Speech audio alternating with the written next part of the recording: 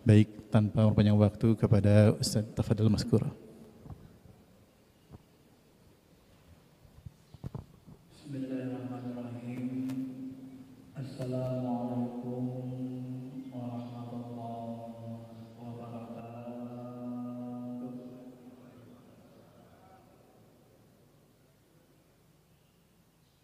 Alhamdulillahirabbil alamin wal aqibatu lil muttaqin wala udwana illa 'alal zalimin. Allahumma shalli ala sayyidina habibina syafi'ina wa maulana Muhammadin wa ala alihi wa sahbihi ajma'in. Amma ba'd.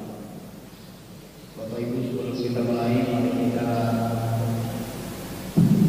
berwasilah kepada Nabi kita Muhammad SAW dan kita ajarkan Fatihah kepada beliau, keluarga, para sahabat, para rasyidin, khususnya juga kepada orang tua kita,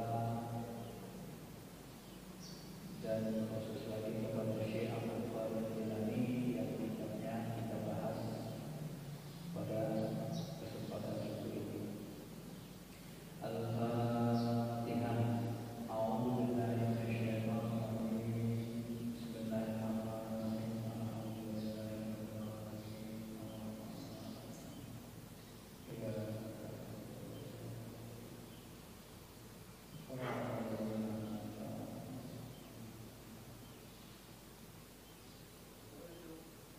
Bapak Ibu yang dirahmati Allah, pada kesempatan ini karena bulan Ramadan, maka kita akan membahas tentang puasa dalam kitab Sir Asrar. Kita lompat sedikit bab khusus fi bayan as-shaum, menjelaskan tentang puasa. Syekh Abdul Qadir Jilani qaddasallahu sirrah menjelaskan bahwa puasa ini ada dua. Yang pertama shaumus syariah, ada tiga ya, ada tiga. Yang pertama shaumus syariah, kemudian yang kedua shaumut tariqah, yang ketiga nanti beliau sebut shaumul haqiqah. Kalau Imam Al-Ghazali juga membagi tiga, tetapi Al-Ghazali menyebut dengan puasa awam, yang kedua puasanya orang khas, yang ketiga puasanya orang khawasul khawas. Nah, apa yang dimaksud dengan puasa syariah atau puasa orang awam kebanyakan? Ayyumsika anil ma'kulat wal masyrubat wa awqa'in nisa fin nahar. Artinya puasa syariat itu menahan diri dari makan, ya, ma'kulat makan, masyrubat minum, karena ini yang membatalkan puasa. Wa anil wiqa'i fin nahar, dan juga menahan diri dari mencampuri wiqa'in nisa, ya, mencampuri wanita di waktu siang hari. Memang definisi puasa menurut fikih atau syariat adalah menahan diri dari makan dan minum serta syahwat kepada wanita dari terbit fajar waktu subuh sampai terbenam matahari. Maka orang yang bisa melakukan ini puasanya sudah disebut gugur kewajibannya secara syariat, selesai, ya. Adapun puasa tarikat, beliau mengatakan puasa tarikat itu adalah ayyumsika jami'a a'dha'ihi anil muharramat. Lebih tinggi lagi. yaitu orang yang yumsik, menahan dirinya dari seluruh anggota tubuhnya, dari apa ditahan? Minal muharramat, dari hal-hal yang diharamkan Allah Subhanahu wa taala. Wal manahi, menahan diri dari semua yang dilarang Allah. Ya, wadzamaim, menahan diri dari hal-hal yang membuat diri zimmatun. Zamaim jamak dari kata tercela, ya. Orang-orang yang tercela, dari perbuatan tercela maksudnya. Mislal ujub wal kibr, termasuk perbuatan tercela dari sisi batin. Jadi tidak hanya anggota tubuh yang puasa, tapi hatinya, batinnya juga puasa. Puasa batin itu apa? Puasa batin itu menahan diri dari sombong, dari ujub, wal bukhl, dari kikir, pelit, wa ghairu zalik, dan yang lainnya. Maka puasa orang tarekat itu adalah zahira wa batina. Dia puasanya, zahirnya puasa, a'doknya, anggota tubuhnya puasa, batinnya pun ikut puasa. Fakullaha yabatil shaum tariqah. Tapi kalau dia hatinya tidak puasa, dia menganggap batal pahala puasanya. Ya. Memang secara syariat, secara fikih pun, kalau kita puasa secara syariat, tidak makan, tidak minum, menjauhi hubungan seksual, tetapi kita masih suka marah, gak menentu, masih mau menggibah orang lain, masih mau sombong-sombong, ujub di depan orang ramai, ini secara umum akan menggugurkan pahala puasa secara syariat. Bagi orang tarekat ini juga membatalkan, ya, secara hakikatnya tarikatnya.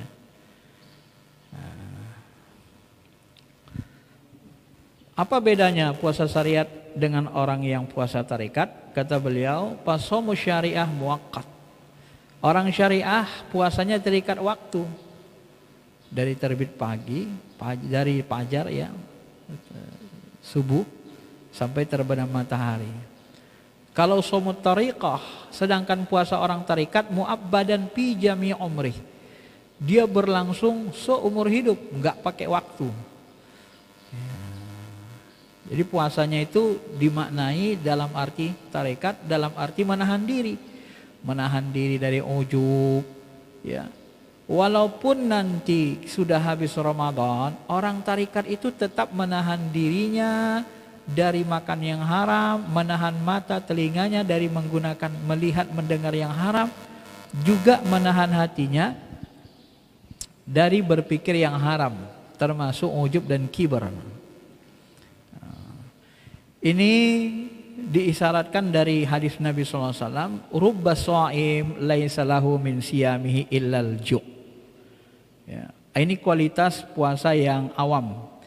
Maka kata Nabi SAW, berapa banyak orang-orang yang puasa tidak mendapatkan apapun dari puasanya kecuali hanya lapar dan haus. Ini puasa awam kebanyakan orang. Jadi kalau puasa kita masih level bawah, ya siap-siaplah cuma dapat haus dan lapar doang. Itu ya. Kalau mau puasanya diterima, bagus, naikkan kualitasnya.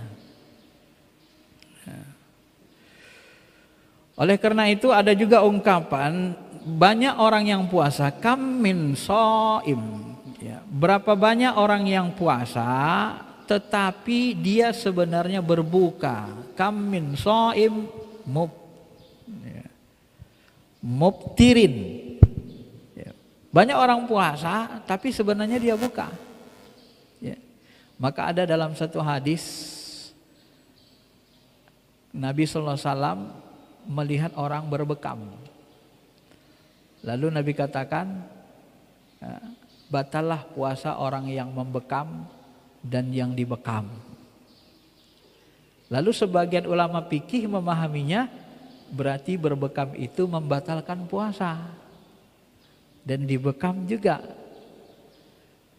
Begitu ditelusuri hadis sahih ini, ternyata orang yang berbekam itu menghibah dengan orang yang dibekam. Ternyata mereka menghibah, mengata-ngatai orang.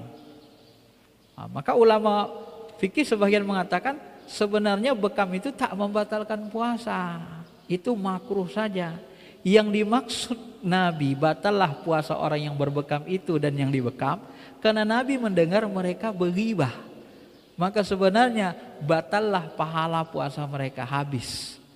Karena waktu berbekam dan dibekam mereka menghibah orang beriman. Nah, ini satu isyarat bahwa sesungguhnya menghibah itu disebut ulama akan menggugurkan pahala-pahala puasa. Jadi berapa banyak orang puasa tapi sebenarnya dia buka. Karena hakikat puasa itu adalah menahan diri, imsak. Ya. Hakikat puasa itu menahan diri. Dan hakikat setan terbelenggu, wasudipatis syaitan, syayatin, setan terbelenggu itu disebabkan karena kita menahan hawa nafsu. Tapi kalau kita tidak menahan hawa nafsu, maka jangan-jangan kita jadi setannya kan. Ada istilah dari guru-guru kami di tarekat, ketika seorang buka puasa dia makan sembunyi-sembunyi di kamarnya, itu dia batal puasanya hawa nafsu, karena hawa nafsunya. Tapi ketika dia makan, jalan dia keluar rumah, dia makan di tengah orang ramai yang berpuasa di tengah jalan, itu dia setannya yang ikut. Itulah setan manusia. Kalau dia makan sembunyi-sembunyi, itu hawa nafsunya, nakal hawa nafsunya. Tapi begitu dia bawa makan di depan orang ramai di luar, ditunjukkannya, berbangga dia di depan orang ramai, sebenarnya dia sudah dirasuki setan sebangsa manusia. Nah, begitu Pak. Jadi antara hawa nafsu dengan setan itu ada sedikit perbedaannya. Memang setan pernah di dalam sebuah hadis disebut mengatakan kepada ya Allah, berikanlah aku kendaraan. Kalau cuma aku sendiri menggoda anak manusia, aku tidak akan sanggup. Berikan aku alat bantu, kendaraan. Maka diberikanlah kita hawa nafsu. Jadi hawa nafsu ini kendaraan setan. Selama kita menginginkan sesuatu selain Allah, maka selama itu hawa nafsu kita akan dibisikkan oleh setan. Maka di dalam Al-Quran kan sangat jelas katakan Allah, setan, iblis, wabima aghwaytani, sebab engkau menyesatkan aku, mengutuk aku ya Allah, aku akan menyesatkan. Aku akan menyesatkan hamba-hambamu dari siratal mustaqim. Aku akan menghindarkan mereka dari jalan yang lurus. Aku bersumpah, aku akan hancurkan seluruh hamba-hambamu. Lalu iblis mengatakan, illa min ibadikas sholihin mukhlisin, kecuali satu golongan hambamu yang aku tidak sanggup. Siapa mereka? Mereka itulah adalah orang-orang yang ikhlas. Kenapa orang ikhlas tidak sanggup digoda setan? Kenapa orang ikhlas orang yang bebas dari godaan setan? Karena orang ikhlas tidak menginginkan sesuatu selain Allah. Ini puasanya nanti orang yang khawasul khawas, orang yang ahli ma'rifah. Ya.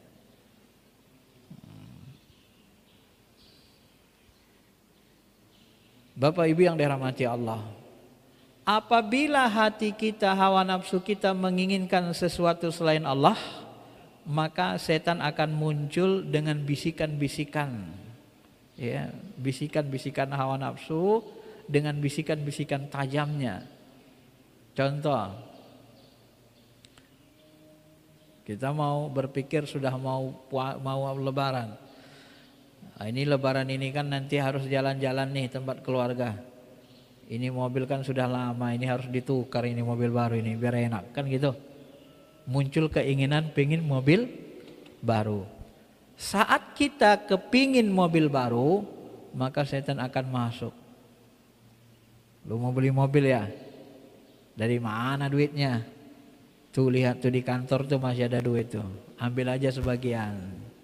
Gak bakalan ketahuan. Ntar kalau ketahuan kembaliin aja. Kan gak apa-apa. Tapi gua bantu gak ketahuan. Nah, dibuatlah akal. Jadi kenapa setan membisikkan kepada kita ketika kita menginginkan sesuatu selain Allah? Hawa nafsu. Tapi kalau hawa nafsu kita tidak menginginkan apapun selain Allah, la yu'minu ahadukum hatta hawahu taba'an lima ji'tu bih. Kalau Nabi membahasakan begitu kan? Tidak akan sempurna iman kamu sampai hawa nafsumu mengikuti apa yang kubawa. Artinya ketika hawa nafsu kita ajak, kita tundukkan hanya berkeinginan ridha Allah, hanya berkeinginan kepada Allah, maka setan bingung. Ini mau digoda ngapain? Digoda ghibah dia nggak suka karena dia ingin mengharapkan ridha Allah lagi puasa. Mau digoda ngerampok nggak mungkin, ngerampok nggak ada ridha Allah di sana. Mau digoda berzina nggak mungkin, nggak mau dia. Mau digoda ngapain? Dia inginkan cuma ridha Allah. Nah, setan bingung nggak bisa goda. Akhirnya setan tuh angkat tangan. Illa min ibadikal mukhlisin. Untuk hamba-hambamu yang ikhlas ya Rabb, aku nggak sanggup goda mereka. Putus asa setan, Pak. Nah, jadi orang-orang yang ikhlas, orang-orang yang mukhlis, mereka inilah orang yang bebas dari godaan setan. Dan mereka ini nanti puasanya masuk kepada saumul haqiqah. Ya. Mereka menahan imsak, jangankan lisan anggota tubuh mereka, imsakul fuad an mahabba ma siwallahi ta'ala. Bahkan mereka itu menahan fuadnya, mata hatinya dari menginginkan mencintai selain Allah. Jadi segala apapun yang mereka lakukan kena rasa cinta kepada Allah, keinginan untuk mendapatkan ridha Allah. Jadi kalau orang berbuat karena ingin mendapatkan cinta Allah, nggak ada yang buruk. Jadi setan bingung, ya ini orang ini nggak ada maunya cuma cinta ridho Allah Taala, ya sudah. Ya. Nah, tapi kalau kita menginginkan sesuatu selain Allah, setan akan masuk, bisik. Dan kemampuan setan membisik-bisik, dia tidak mampu bermaksa. Lebih kuat daya paksa hawa nafsu mengajak kita berbuat maksiat dari sekedar bisikan setan. Kalau bisikan setan wa imayan zahonna, ketika setan membisikkan, mengganggu dirimu, pasta'iz billah, a'udzubillahi minasyaitonir rajim. Kita berpaling, setan sudah pergi. Enggak bisik lagi. Tapi hawa nafsu di dalam diri kita ini, dia tidak bisa dipisahkan dari diri kita. Dia melekat.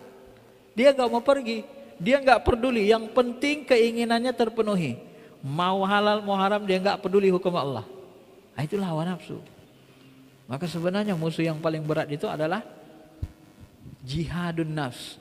Dalam hadis sahih kan disebut Nabi, Abdulul jihad, jihadun nafs. Seabdol-abdol jihad adalah jihad melawan hawa nafsu diri kita sendiri. Ya, hawa nafsu yang ada di lambung kita. Ma'asyiral muslimin, Bapak Ibu yang dirahmati Allah Subhanahu wa taala.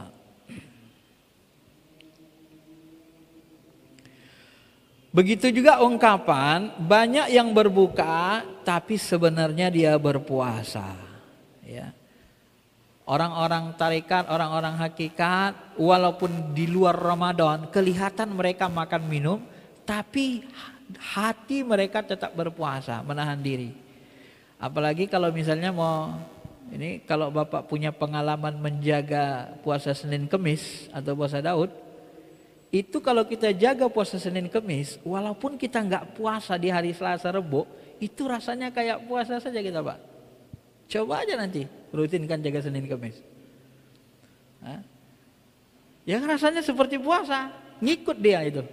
Seperti puasa. Jadi seolah-olah kita tiap hari puasa, nahan diri. Ya. Padahal kita nggak puasa Selasa sama Rebo. Tapi rasa itu Ya, kalau bahasanya apa namanya itu ya? Ruhani atau zauknya puasa itu tetap ada, menetap di dalam diri kita. Walaupun kita makan minum, tapi karena kita sudah rutinkan puasa Senin Kamis, akhirnya kita merasa seperti puasa. Ya, menahan diri kita, menahan hawa nafsu kita dan lain-lainnya. Jadi banyak orang yang berbuka tapi sebenarnya dia puasa. Ya. Walaupun perutnya tidak puasa, tapi dia menjaga anggota tubuhnya dari perbuatan terlarang. A'da'u anil asam wa idza'in nas bil hawa jawarih kama qala Allah taala innas shaumuli wa ana azyubi. Kemudian Bapak Ibu yang dirahmati Allah Subhanahu wa taala, bagi orang yang berpuasa ini maka dia punya kekhususan. Kata Allah Subhanahu wa taala dalam hadis kursi, Allah berfirman innas shaumali wa ana ujibih. Puasa itu untukku dan aku yang bisa membalasnya. Kenapa puasa itu hanya untuk Allah dan kenapa Allah yang hanya bisa membalasnya? Ini ada rahasianya, Pak. Kalau kita bersedekah, pahalanya kali 10, kali 70, kali 700. Sesuai dengan tingkat ikhlas kita. Kalau kita baca Quran 1 huruf 10 hasanah, 2 huruf 20 hasanah. Kalau kita puasa, bisakah malaikat mencatat pahala puasa? Tidak bisa. Kenapa malaikat tidak bisa mencatat? Karena malaikat tidak mampu masuk ke dalam lubuk hati terdalam diri kita. Karena yang puasa itu adalah kolbu, sir kita. Jadi dia nggak bisa menilai. Dia tidak sanggup masuk itu. Dia hanya melihat syariatnya apa itu. Dilihatnya kita puasa, puasa catatnya. Gak makan, gak minum, gak batalin puasa. Oh ini puasa udah. Tapi hati kita yang berpuasa, dia gak mampu memantau. Dia tidak mampu kolbu kita. Seberapa dalam kita menahan diri kolbu kita, sir kita dari selain Allah, seberapa kuat kita menahan diri, malaikat tidak bisa mencatat. Maka dari itulah Bapak Ibu, yang bisa membalas puasa langsung Allah yang tangani sendiri. Ana ajiubi, aku yang bisa membalasnya. Karena Allah yang tahu. Maka yang tahu kita puasa atau tidak hakikatnya nanti adalah Allah Subhanahu wa taala. Dan uniknya pahala puasa ini karena dia bernilai sabar, menahan diri, mengendalikan hawa nafsu, isinya inti dari puasa adalah sabar. Maka satu-satunya amalan yang balasannya tidak ada batasnya adalah amalan puasa. Innama yuwaffas sabiruna ajrahum bighairi hisab. Kata Allah, sesungguhnya sabar itu, puasa itu yang isinya sabar, itu balasannya ajrahum bighairi hisab. Balasannya tidak ada hitungannya. Enggak ada batasnya. Nah, maka muncullah teori sabar itu enggak ada batasnya, Pak. Jadi kalau ada orang bilang, ya, Bapak jangan main-main sama saya, 1 kali 2 kali saya masih bisa maafin, 3 kali saya udah enggak bisa lagi. Batas itu, sabar itu ada batasnya. Nah, jadi kalau ada orang mengatakan sabar itu ada batasnya, dia sendiri yang membatasinya. Dan itu keliru, sabar itu gak ada batasnya. Karena itulah balasan sabar itu bighairi hisab, gak ada batasnya. Setinggi apa kekuatan sabar kita, Allah berikan balasan tanpa hisab, gak ada hitungannya. Kalau kita batasi, terbatas dia. Ana inna abdi dzannibi. Ya, saya sesuai dengan ukuran sangka hambaku. Maka Bapak Ibu yang dirahmati Allah Subhanahu wa taala, itulah sebabnya yang bisa menilai pahala puasa ini hanya Allah Subhanahu wa taala. Jadi pahala puasa orang-orang yang khusus atau orang khawasul khawas ini hanya Allah yang membalasnya tanpa hisab. Allah Subhanahu wa taala juga kata beliau berfirman dalam hadis kursi, Yasirus lis-shaim farhatani. Nabi sallallahu alaihi wasallam bersabda, ya, bahwa Allah berfirman, bagi orang berpuasa ada dua kegembiraan, farhatani. Apa kegembiraan yang mereka terima? Farahatun indal iftar wa farahatun inda ru'yati jamali. Ya. Kegembiraan pertama saat berbuka, kesenangan kegembiraan kedua saat melihat Allah. Wa qala ahlus syariah, pemahamannya secara syariat kata beliau, al muradu minal iftar al aklu inda ghurubis syams. Ya. Yang dimaksud dengan buka puasa adalah makan ketika tergelincir matahari. Masuk waktu maghrib, buka kita ini masuk iftar. Adapun ru'yah adalah ru'yah al-hilal fi lailatul aid. Ya. Yang dimaksud dengan ru'yah melihat hilal pada bulan Syawal. Nah, kalau pemahaman ahli tarekat kata beliau, iftar inda dukhulil jannah. Yang dimaksud dengan berbuka di situ adalah berbuka maksudnya masuk surga dengan makanan, dengan kenikmatan-kenikmatan yang banyak. Wa puruha indar ru'yah, adapun ya parhatun indal iftar wa parhatun indar ru'yah, adapun parhatun indar ru'yah jamali itu dimasukkan adalah indaliqaillah yaumal qiyamah binazri sir mu'ayinah. Maksudnya yang dimaksud dengan gembira saat berjumpa kepada Allah adalah gembira pada saat melihat Allah Subhanahu wa ta'ala. Jadi bukan ru'yal hilal, tapi gembira memang karena melihat Allah Subhanahu wa ta'ala nanti di surga Allah Subhanahu wa ta'ala. Beliau penjelasannya seperti itu, ya. Masyiral muslimin, Bapak Ibu yang dirahmati Allah Subhanahu wa ta'ala. Adapun puasa hakikat ini yang paling tinggi dalam pandangan Syekh Abdul Qadir Jilani, ya. Waqa'at fihi mahabbatu ghairillah fasada sum. Apabila mereka mencintai hatinya, batinnya muncul cinta selain daripada Allah, maka mereka menganggap puasanya sudah batal secara hakikat, ya. Walaupun mereka tidak makan, tidak minum, tapi secara hakikat batal. Falahu qada asamihi wa huwa ayyarji'u ilallahi ta'ala wa liqa'ih. Kata beliau, ya.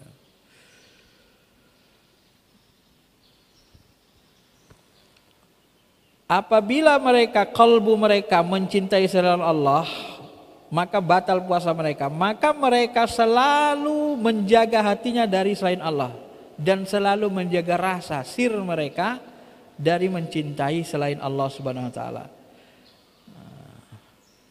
Allah Subhanahu wa taala berfirman untuk orang yang ini tingkat hakikat ini, al insanu sirri wa ana sirruh. Jadi sir mereka pun ikut puasa. Sir itu adalah rahasia yang ada di dalam kolbu yang paling dalam, ya. Manusia itu adalah rahasiaku, wa ana sirruh, dan aku adalah rahasia manusia. Jadi sir kita itu pun puasa, Pak. Tak kita gunakan untuk menilik, memperhatikan selain dari Allah. Tidak kita gunakan untuk mencintai makhluk selain dari Allah Subhanahu wa taala. Nah, itulah hebatnya orang hakikat itu. Sampai sirnya pun ikut puasa. Maka kalau ada ulama-ulama yang ahli hakikat meninggal, itu biasanya dipanggil atau didoakan dengan qaddasallahu sirruh, QS. Semoga Allah mensucikan sirnya, ya. Kalau nanti yang tidak bertarikat, tidak mursyid, biasanya disebut rahimallahu alaih, rahmatullah alaih, semoga Allah merahmati mereka, ya. Tapi kalau ulama-ulama yang ahli qalbu selalu disebut qaddasallahu sirruh, semoga Allah mensucikan sirnya. Karena sir orang hakikat ini tidak boleh berpaling dari Allah Subhanahu wa taala. Nah, inilah luar biasanya, ya. Sebenarnya begitu, Pak. Wasir min nurillahi ta'ala fala yamilu ila ghairillahi ta'ala. Kenapa? Karena sir itu berasal dari cahaya Allah dan dia tidak boleh cenderung kepada selain Allah. Walaisa lahu siwahu mahbubun. Tidak boleh ya. Bagi orang puasa hakikat ini tidak ada yang dicintainya kecuali hanya Allah. Tidak ada yang mahbub, marghub, matlub fid dunya wal akhirah illallah. Tidak ada yang dicintai, yang dicondongi hati, yang dituntut hati, yang dicari hati di dunia dan akhirat kecuali Allah Subhanahu wa taala. Fa idza waqa'at fihi mahabbat ghairallah fasadat shaumul haqiqah. Kalau hati mereka jatuh mencintai selain Allah, maka pasadlah, rusaklah puasanya secara hakikat. Falahu qada shaumi, maka dia wajib mengqada puasanya, yaitu dengan cara ayyarji'a ilallahi ta'ala wa liqa'ih, kembali mencintai Allah, mengembalikan hatinya kepada Allah dan berjumpa atau bertemu kepada Allah. Wa jazaa'u hadzal shaum liqa'illah bil akhirah. Adapun pahala puasa orang seperti ini adalah nanti mereka dipertemukan berjumpa kepada Allah. Jadi sederhananya gini, kalau kita ringkas, puasa orang awam biasa hasilnya hanya haus dan lapar, pahalanya nggak ada, gugur kewajiban puasa saja. Puasa orang tarikat atau orang khawas dalam bahasa Imam Al-Ghazali dapatnya derajat surga. Ya, wa amma man maqama khabbihi wa nahan nafsa 'anil hawa fa innal jannata hiyal ma'wa. Orang-orang yang menahan dirinya, menahan hawa nafsunya karena takut kepada Tuhannya, maka surgalah bagi mereka. Surga. Karena puasanya zahir batin. Naik ke atas, hatinya, kalbunya, sirnya pun ikut puasa, tidak berharap, tidak mencintai selain Allah. Bukan hanya anggota tubuhnya puasa, bukan hanya kalbunya yang puasa dari ghibah, dari sombong, tetapi sirnya pun ikut puasa, rasa cintanya itu. Ya, sebagian mursyid kita menyebut rasa cinta itu letaknya di nurani atau di rabbani, ya, rasa cinta kepada Allah itu sir, sudah masuk bagian dari sir. Sampai sirnya pun puasa, ikut puasa, hanya mencintai Allah Subhanahu wa taala. Dan orang yang seperti yang dia peroleh adalah bersama Allah. Surganya adalah memandang Allah Subhanahu wa taala. Ya. Ini peringkat-peringkat orang yang berpuasa yang dijelaskan Syekh Abdul Qadir Jilani, dan saya melihat sama dengan penjelasan Imam Al-Ghazali, hanya dengan menggunakan istilah yang sedikit berbeda. Satu menyebut awam, khas dan khawasul khawas. Yang satu lagi menyebut puasa awam, syariat, puasa tarikat, dan puasa hakikat. Bapak Ibu yang dirahmati Allah Subhanahu wa taala. Yang terakhir bahasan puasa ini, bahwa sesungguhnya sebagaimana tadi kita jelaskan, hanya orang-orang yang berpuasa hakikat yang bisa lolos bebas dari godaan setan. Jadi kalau mau masuk dalam golongan muqarrabin, orang yang didekatkan kepada Allah, kalau mau masuk golongan orang-orang yang dicintai Allah dari para nabi, para rasul, para muhibbin, para wali-wali Allah yang mencintai Allah, maka jaga sir kita itu, jangan sampai mencintai selain Allah Subhanahu wa taala. Nah, kalau kita mampu menjaga ini dan hati kita hanya berharap ridha Allah dalam segala amal perbuatan kita, maka pada saat itulah kita menjadi orang yang mukhlasin atau mukhlisin, dan pada saat itulah kita orang yang bebas dari godaan setan. Setan akan berputus asa untuk menggoda kita. Kenapa? Karena tidak ada yang kita inginkan, tidak ada yang diinginkan diri kita dan hawa nafsu kita, kecuali hanya mencintai Allah Subhanahu wa taala. Inilah puasa yang paling tinggi. Ya, mudah-mudahan bisa dipahami, dan mudah-mudahan kita bisa menapaki jalan spiritual ini tahap demi tahap sampai kita nanti bisa masuk ke makom muhibbin, orang-orang yang mencintai Allah Subhanahu wa taala, orang-orang yang ikhlas, yang bebas dari godaan setan, yang setan berputus asa untuk menggoda mereka. Saya kira itu saja penjelasan ringkasnya dari buku ini. Kalau ada Bapak Ibu yang mau bertanya, dipersilakan.